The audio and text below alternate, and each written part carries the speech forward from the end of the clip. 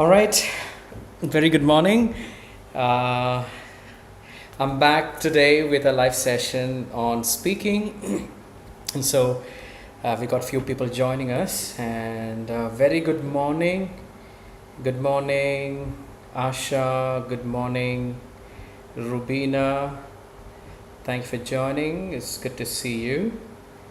It's so good to see you. Just gonna see if there's anyone else who's joining, and then we'll start off, guys. Okay, so so speaking is what we're going to be doing today. It's one of the important modules in OET, and we are quite aware of that. So Swapna, good morning. Good to see you. I know some of you are joining from your workplace, some of you have just got back home after your shift, and I really appreciate you guys joining. Tintu, good morning. Very good morning. Good to see you. We have people from different parts who are joining us. It's nice. And so, the idea is for me to go ahead and give you some important, കുറേ important ആയിട്ടുള്ള കാര്യങ്ങൾ നമുക്ക് ഇന്ന് discuss ചെയ്യാനുള്ളത്. ഞാൻ മനസ്സിലാക്കുന്നത് നിങ്ങൾക്ക് ഈ OET ലിസ്ണിങ് ചിലർക്ക് ഇച്ചിരി പാടാണ്, ചിലർക്ക് അത് കറക്റ്റായിട്ട് മനസ്സിലാക്കി കഴിഞ്ഞിട്ടുണ്ടെങ്കിൽ it's easy. But what happens sometimes you don't get to understand everything in detail, and അതുകൊണ്ട് ഒരുപാട് പ്രശ്നങ്ങൾ വരുന്നുണ്ട്.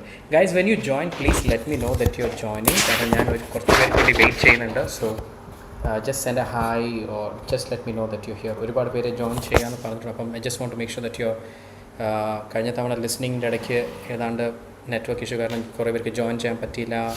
So please let me know once you're here so that I can start off with this thing. Okay, അപ്പം നമ്മൾ ഇന്ന് നോക്കാൻ പോകുന്നത് predominantly OET സ്പീക്കിങ്ങിൻ്റെ കുറച്ച് കാര്യങ്ങളാണ്. അപ്പം അത് വളരെ ഇമ്പോർട്ടൻ്റ് ഉള്ളതുകൊണ്ടാണല്ലോ നമ്മൾ ഇങ്ങനൊരു സെഷൻ എടുക്കാൻ. കാരണം ഒരുപാട് സ്റ്റുഡൻസ് പറഞ്ഞു, സാറേ സ്പീക്കിങ്ങിൻ്റെ ഒരു സെഷൻ ലൈവ് എടുക്കുവാണെങ്കിൽ നല്ലതായിരിക്കും എന്ന് പറഞ്ഞതുകൊണ്ടും കൂടിയാണ് നമ്മൾ സ്പീക്കിങ്ങിൻ്റെ ഒരു ലൈവ് എടുക്കാൻ വേണ്ടി ഇന്ന് പ്ലാൻ ചെയ്തത്. യൂഷ്വലി നമുക്കറിയാം ഫ്രൈഡേസ് ആണ് നമ്മൾ ചെയ്യാറ്, പക്ഷേ ഇന്ന് തേഴ്സ്ഡേ തന്നെ ആക്കി. അപ്പം ഫ്രൻസി, good morning, good to see you, very good to see you. അപ്പം നമുക്ക് ഏതായാലും ഒരു കാര്യം ചെയ്യാം. നമുക്ക് we are almost 4 minutes into the session. So നമുക്ക് ഇന്നത്തെ സെഷനിലേക്ക് നമുക്ക് കയറാം. നമ്മളിന്ന് ഞാൻ പറഞ്ഞ പോലെ നമ്മളിന്ന് എടുക്കാൻ പോകുന്നത് നമ്മൾ OETയുടെ സ്പീക്കിംഗ് ആണ്, അല്ലേ? അപ്പം OET സ്പീക്കിംഗ് എന്ന് പറയുമ്പോൾ നമുക്ക് എല്ലാവർക്കും അറിയാം, നമുക്കതിൽ ഒരു വിട്ടുവീഴ്ചയില്ല. There is no option. നമുക്കതിൽ B കിട്ടിയേ പറ്റൂ, 350 സ്കോർ ചെയ്തേ പറ്റൂ എന്ന് നമുക്ക് അറിയാവുന്ന ഒരു കാര്യമാണ്. സോ പലപ്പോഴും നല്ലോണം സ്പീക്ക് ചെയ്തു. എന്നോട് പല സ്റ്റുഡൻസും പറയാറുണ്ട്, നല്ലോണം സ്പീക്ക് ചെയ്തു സാർ, ഞാൻ ടാസ്ക് എല്ലാം കംപ്ലീറ്റ് ആക്കി, എല്ലാം ചെയ്തു, പക്ഷേ റിസൾട്ട് വന്നപ്പം 310 അല്ലെങ്കിൽ 290 അല്ലെങ്കിൽ 320, പലപ്പോഴും റിവാലുവേഷൻ പോലും കൊടുത്തിട്ട് നമുക്ക് ഒരു മാർക്ക് പോലും കൂടാത്ത സിറ്റുവേഷൻസൊക്കെ നമ്മൾ കണ്ടിട്ടുണ്ട്.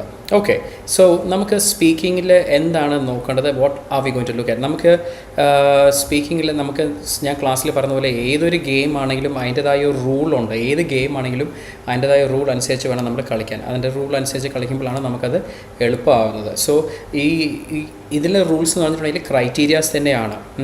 അപ്പോൾ നമുക്ക് സ്പീക്കിംഗ് അസസ്മെൻറ്റിൽ വരുന്ന 2 ക്രൈറ്റീരിയാസ് ഉണ്ട്. ഒന്ന് ലിംഗ്വിസ്റ്റിക് ക്രൈറ്റീരിയ എന്ന് പറയും, ഇനിയൊന്ന് വന്നിട്ട് ക്ലിനിക്കൽ കമ്മ്യൂണിക്കേഷൻ ക്രൈറ്റീരിയ എന്ന് പറയും. പക്ഷേ ഞാനിന്ന് നിങ്ങളോട് ഈ ലിംഗ്വിസ്റ്റിക് ക്രൈറ്റീരിയയോ അല്ലെങ്കിൽ ക്ലിനിക്കൽ കമ്മ്യൂണിക്കേഷൻ ക്രൈറ്റീരിയനെ കുറിച്ചല്ല ഞാനിന്ന് സംസാരിക്കാൻ പോകുന്നത്. കാരണം ഇതൊക്കെ നിങ്ങൾക്ക് നേരത്തെ അറിയാവുന്നതാണ്.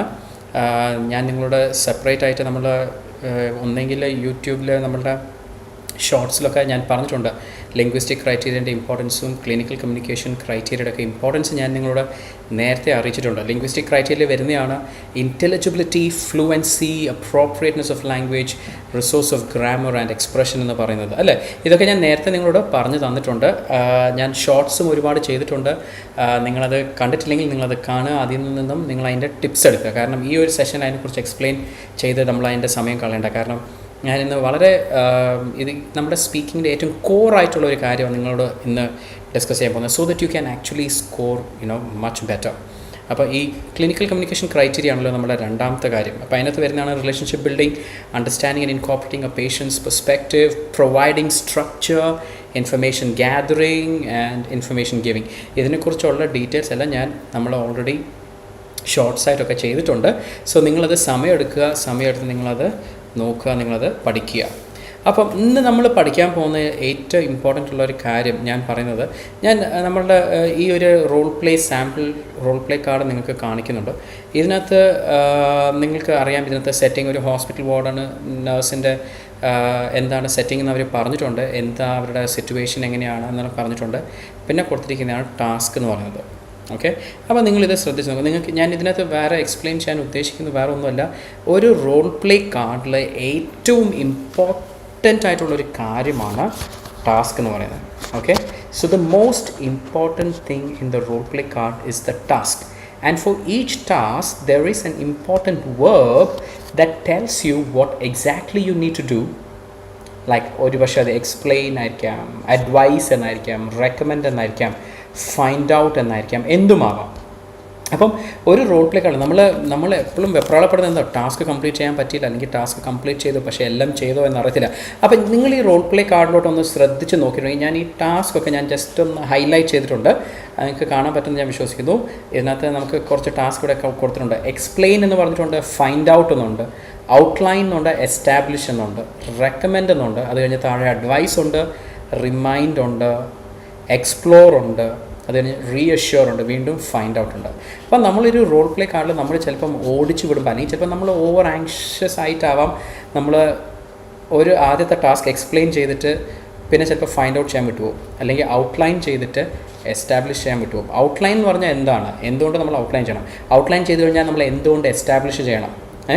ചിലപ്പോൾ നമ്മൾ പേഷ്യൻ്റ് അഡ്വൈസ് കൊടുത്തു, അത് കഴിഞ്ഞ് നമ്മൾ റിമൈൻഡ് ചെയ്യാൻ വിട്ടുപോകും. അപ്പം നമ്മൾ ഇതൊക്കെ എങ്ങനെയാണ് ചെയ്യേണ്ടത്, ഓരോ ടാസ്കിനെ നമ്മൾ ഏത് രീതിയിൽ അപ്രോച്ച് ചെയ്യണം, ആ ടാസ്ക് എന്താണ് അർത്ഥമാക്കുന്നത്, അങ്ങനെ ഒരു ടാസ്ക് നമുക്ക് റോൾ പ്ലേ കാർഡിൽ നമ്മുടെ ടാസ്കിലുണ്ടെങ്കിൽ എന്ത് ചെയ്യണം എന്നുള്ള കാര്യമാണ് ഞാൻ ഇന്ന് നിങ്ങളോട് എക്സ്പ്ലെയിൻ ചെയ്യാനും ഞാൻ നിങ്ങളോട് ഇന്ന് പങ്കുവയ്ക്കാനും ആഗ്രഹിക്കുന്നത്. It's a very important thing that we need to know, we need to learn and we need to understand this. അപ്പം ഈച്ച് ടാസ്ക് ഞാൻ പറഞ്ഞ പോലെ has a very important verb that tells you what exactly it is that you need to do.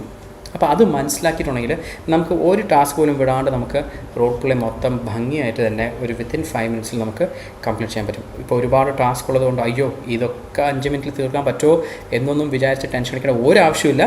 ഇതൊക്കെ easily you can do it കേട്ടോ.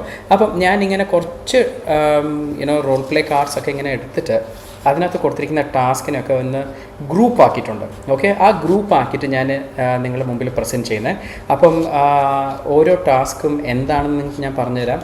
അതിന് ഏത് രീതിയിലാണ് നമ്മൾ ഒരു പേഷ്യൻറ്റിനോട് നമ്മൾ സംസാരിക്കുമ്പോൾ നമ്മൾ ഏത് രീതിയിലാണ് അത് പറയേണ്ടതെന്നും ഉള്ള കാര്യങ്ങളൊക്കെ ഞാൻ നിങ്ങൾക്ക് എക്സ്പ്ലെയിൻ ചെയ്തുതരാം. നമുക്ക് ഫോർ എക്സാമ്പിൾ ഇപ്പോൾ ഞാൻ നേരത്തെ കാണിച്ച റോൾ പ്ലേ കാർഡിൽ നിങ്ങൾ കണ്ടല്ലോ, നിങ്ങളുടെ ഈ റോൾ പ്ലേ കാർഡിൽ നിങ്ങൾ കണ്ടായിരുന്നു, അതിനകത്ത് കുറേ ടാസ്ക് ഉണ്ട്. എക്സ്പ്ലെയിൻ ഉണ്ട്, find out, outline, establish, recommend, advise, remind, explore, reassure, find out. ഇത് മാത്രമല്ല വേറെയും കുറേ വേർഡ്സ് നമുക്കിങ്ങനെ റോൾ പ്ലേ കാർഡ്സിൽ നമ്മൾ കണ്ടുവരുന്നതാണ്. അപ്പം നമ്മൾ ഏത് രീതിയിലാണ് നമ്മൾ ഇതിനെ അപ്രോച്ച് ചെയ്യുന്നത്, ഇതിന് നമ്മൾ എന്താ മനസ്സിലാക്കേണ്ടത്. ഇപ്പം നമ്മളുടെ റോൾ പ്ലേ കാർഡിൽ നമുക്ക് തന്നിരിക്കുന്ന ഒരു ടാസ്ക് ഫൈൻഡ് ഔട്ട് അല്ലെങ്കിൽ ആസ്ക് എന്നാണെങ്കിൽ, നേരത്തെ ഞാനൊരു സാമ്പിൾ റോൾ പ്ലേ കാർഡ് കാണിച്ചില്ല, ഞാൻ അതിൽ ഹൈലൈറ്റ് ചെയ്തിട്ടുണ്ട്. അതിനകത്ത് ഫൈൻഡ് ഔട്ട് എന്നുള്ളൊരു വേർഡ് ഞാൻ ഹൈലൈറ്റ് ചെയ്തിട്ടുണ്ട്. അപ്പം ഈ ഒരു കാര്യമാണ് ടാസ്കിൽ നമുക്ക് തന്നിരിക്കുന്ന ഫൈൻഡ് ഔട്ട് അല്ലെങ്കിൽ ആസ്ക് എന്നാണെങ്കിൽ അത് അർത്ഥമാക്കുന്നത് നമ്മൾ പേഷ്യൻ്റെ അടുത്ത് നിന്ന് ഇൻഫർമേഷൻ നമ്മൾ റിക്വസ്റ്റ് ചെയ്യുക എന്നാണ് നമ്മൾ അതിൻ്റെ അർത്ഥം.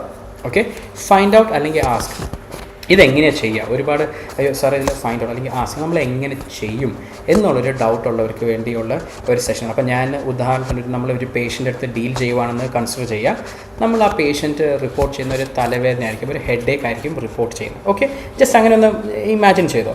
അപ്പോൾ എൻ്റെ പേര് തന്നെ വെച്ചോ, പേഷ്യൻറ്റ് ക്രിസ് എന്ന് തന്നെ വെച്ചോ പേര്. ഓക്കെ, പേഷ്യൻ്റെ പേര് ക്രിസ് ആണ്.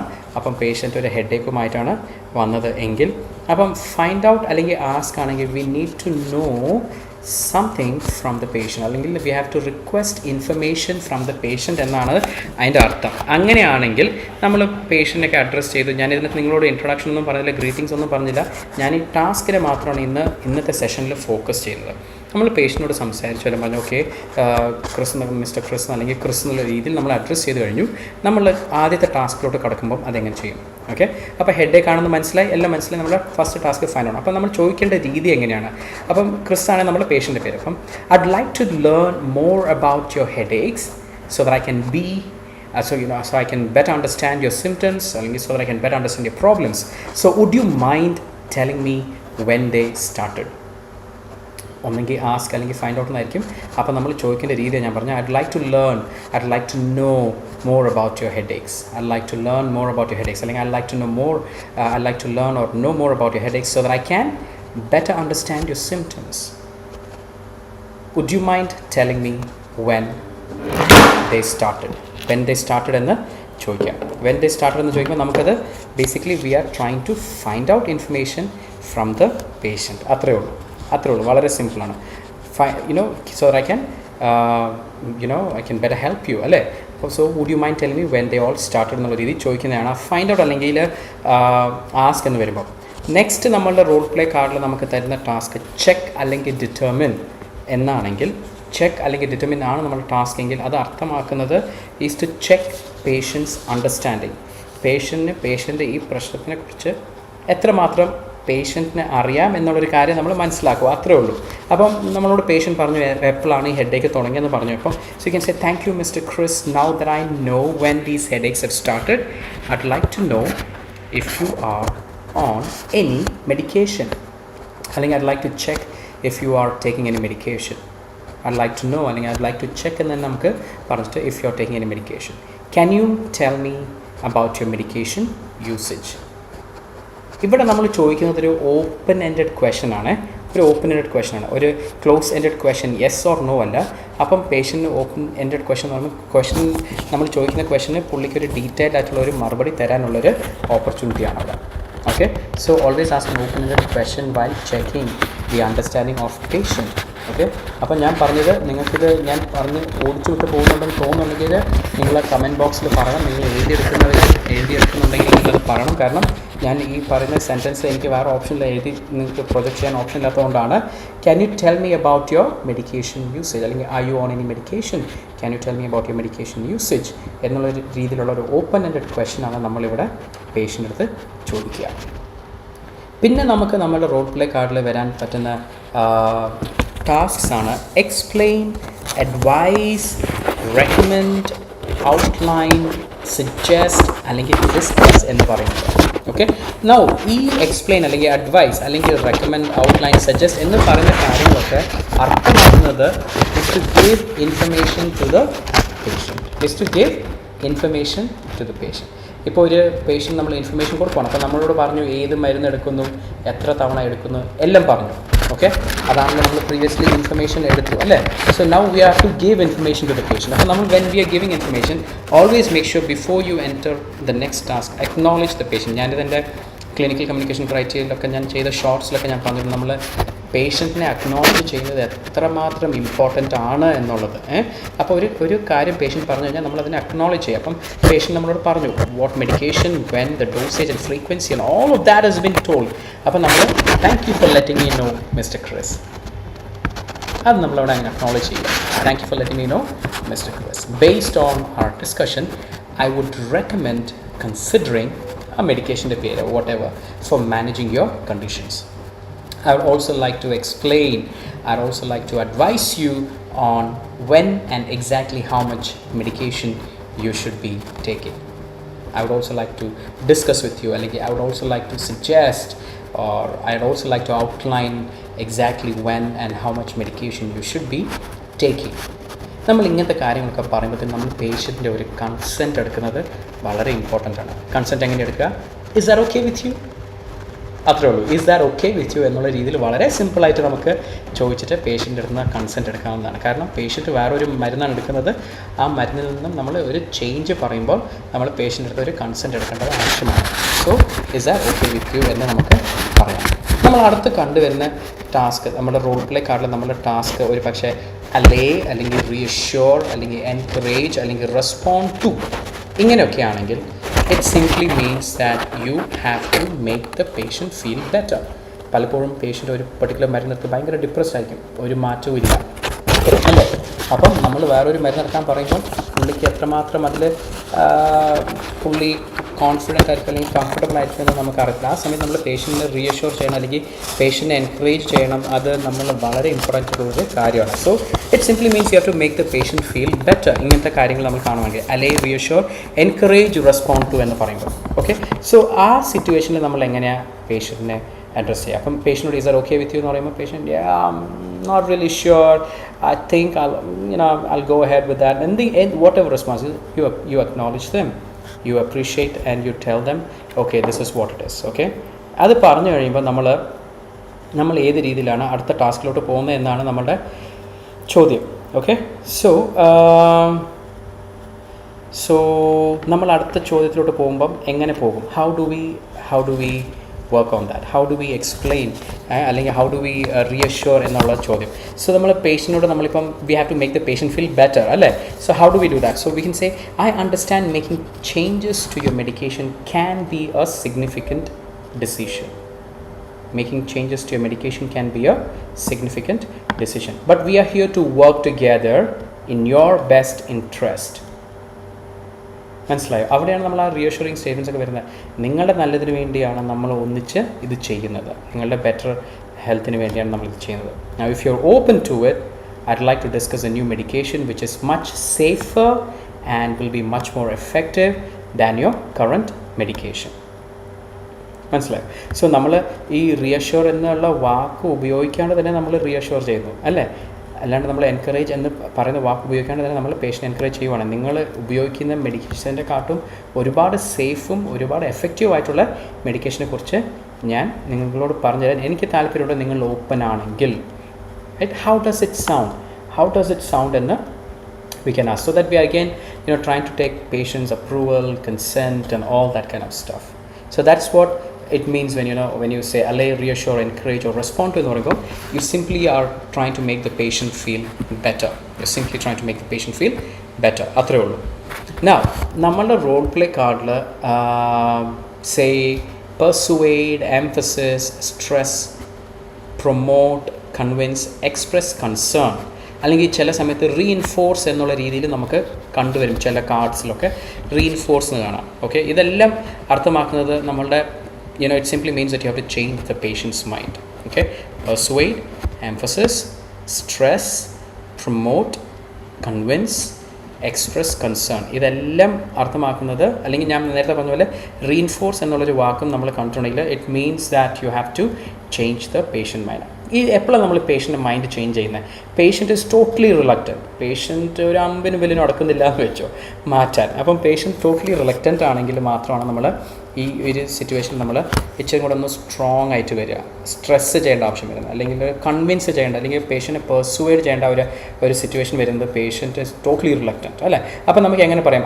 I know you might be a bit reluctant to change medications, but based on your current health status I strongly recommend that the new medication is much better, safer, suited, അല്ലെങ്കിൽ the new medication has a potential to enhance the effectiveness of your treatment and improve your overall well-being. മനസ്സിലായോ? So that's how you tell them based on your current health status, നിങ്ങളുടെ current health status വെച്ചിട്ട് നിങ്ങളുടെ previous medication കൊണ്ട് മുമ്പോട്ട് പോകാൻ പറ്റുമെന്ന് എനിക്ക് തോന്നുന്നില്ല. So I strongly recommend the new medication as it is much better suited, അല്ലെങ്കിൽ നമുക്ക് ഇങ്ങനെ പറയാം, as it has the potential to enhance the effectiveness of your treatment and improve your overall well-being. Persuade, emphasis, stress, promote, convince, express concern എന്നുള്ള കാര്യങ്ങൾ നമ്മൾ role play കാർഡിൽ വരുമ്പം നമ്മൾ ചെയ്യേണ്ടതാണ്. അപ്പോൾ നമ്മളിന്ന് ബേസിക്കലി പഠിച്ചതെന്ന് വെച്ചിട്ടുണ്ടെങ്കിൽ നമ്മളുടെ ഓരോ ടാസ്ക്കും നമ്മൾ ഏത് രീതിയിൽ അപ്രോച്ച് ചെയ്യണം. ഞാൻ നേരത്തെ നിങ്ങളെ കാണിച്ചു തരാം. നമ്മുടെ ടാസ്ക് എന്ന് പറയുന്നത് ഈ ബുള്ളറ്റ് പോയിൻ്റ് തുടങ്ങുമ്പം ഉള്ള വേർഡ് മാത്രമല്ല, അത് കഴിഞ്ഞിട്ടും നമുക്ക് ടാസ്ക് ഉണ്ട് അല്ലേ. നമ്മുടെ റോൾ പ്ലേ കാർഡിൽ നമ്മൾ ഈ കാണുന്ന ടാസ്ക് ഇതിനകത്ത് കണ്ടോ, എക്സ്പ്ലെയിൻ ഉണ്ട്, ഫൈൻഡ് ഔട്ട് ഉണ്ട്, ഔട്ട്ലൈൻ ഉണ്ട്, എസ്റ്റാബ്ലിഷ് ഉണ്ട്. ഒറ്റ ടാസ്കിൽ തന്നെ ഒരു ഒരു ബുള്ളറ്റ് പോയിന്റിൽ തന്നെ റെക്കമെൻഡ് ഉണ്ട്, പിന്നെ അഡ്വൈസ് ഉണ്ട്, അതിൻ്റെ കഴിഞ്ഞ് ടുവേർഡ്സ് എൻ്റെ അതിൽ റിമൈൻഡ് ഉണ്ട്, അതിനകത്ത് തന്നെ എക്സ്പ്ലോർ എന്നും കൂടെ ഉണ്ട്, റിയഷ്യൂർ ഉണ്ട്, ഫൈൻഡ് ഔട്ട് ഉണ്ട്. സോ ഇതെല്ലാം നമ്മൾ കംപ്ലീറ്റ് ചെയ്യണം. ഈ ഇത്രയും കാര്യങ്ങൾ നമ്മൾ കംപ്ലീറ്റ് ചെയ്യണം. നമ്മൾ ജസ്റ്റ് ഔട്ട്ലൈൻ ചെയ്തിട്ട് എസ്റ്റാബ്ലിഷ് ചെയ്യാൻ മറന്നു പോകുന്ന ഒരുപാട് സ്റ്റുഡൻസ് ഉണ്ട്. അഡ്വൈസ് ചെയ്ത് റിമൈൻഡ് ചെയ്യാൻ മറക്കുന്ന ആൾക്കാരുണ്ട്. റിയഷ്യൂർ ചെയ്യും. അത് കഴിഞ്ഞിട്ട് do you have any other questions, is anything else that's on your mind that you'd like me to answer എന്നുള്ള കാര്യങ്ങളൊക്കെ ചോദിക്കാൻ വിട്ടുപോകുന്ന ഒരു സിറ്റുവേഷൻ നമ്മൾ സ്റ്റുഡൻസിൽ കണ്ടുവരുന്നതാണ്. ഞാനൊരു കാര്യം കൂടെ പറയാം. നമ്മളുടെ ഓരോ ടാസ്കും പേഷ്യൻ്റെ ഓരോ ചോദ്യത്തിനുള്ള ഒരു മറുപടിയും കൂടെ ആയിട്ട് നമ്മൾ കാണണം. അപ്പം നമ്മൾ ആ പേഷ്യൻറ്റിനെ എങ്ങനെ നമ്മളുടെ അടുത്ത ടാസ്കിലേക്ക് കൊണ്ടുപോകാൻ പറ്റുമെന്നും നമ്മൾ വളരെ കെയർഫുള്ളായിട്ട് ആലോചിക്കണം. Is anything else that you'd like to know, is anything else that you want me to answer, are you clear on this, is that clear to you എന്നുള്ള രീതിയിൽ നമ്മൾ ഓരോ ടാസ്കും കഴിയുമ്പം നമ്മൾ പേഷ്യൻറ്റിനോട് ചോദിക്കുവാണെങ്കിൽ പേഷ്യൻ്റെ കൺസേൺസ്, അതായത് ആ ഇൻ്റർലൊക്കേറ്ററിൻ്റെ കാർഡിലുള്ള ആക്റ്റീവ് ഇൻ്റർലൊക്കേറ്റർ ആണെങ്കിൽ കേട്ടോ. കാരണം പല തവണ നമ്മൾ സ്റ്റുഡൻസ് പറയാറുണ്ട് ഇൻ്റർലൊക്കേറ്റർ തീരെ ഒരു ഇൻട്രസ്റ്റും കാണിച്ചില്ല. എന്നോട് സ്റ്റുഡൻസ് വിളിച്ച് പറഞ്ഞിട്ടുണ്ട്, ഞാനിങ്ങനെ സ്പീക്ക് ചെയ്ത് തുടങ്ങുമ്പോൾ അവരവിടെ ഇരുന്ന് പൂ വരയ്ക്കുമായിരുന്നു എന്നൊക്കെ പറയാറുണ്ട് സ്റ്റുഡൻസ്.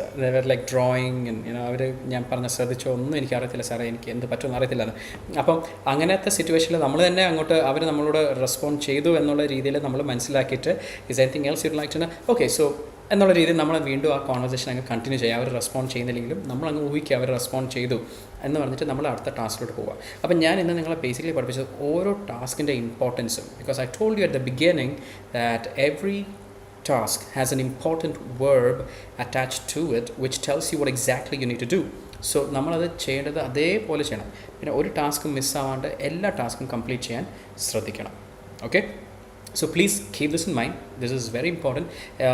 ക്ലിനിക്കൽ കമ്മ്യൂണിക്കേഷൻ ക്രൈറ്റീരിയനെ കുറിച്ചുള്ള ഷോർട്സിൽ ഞാൻ അത് ഏത് രീതിയിൽ നമ്മൾ ഹാൻഡിൽ ചെയ്യണമെന്ന് പറഞ്ഞിട്ടുണ്ട്.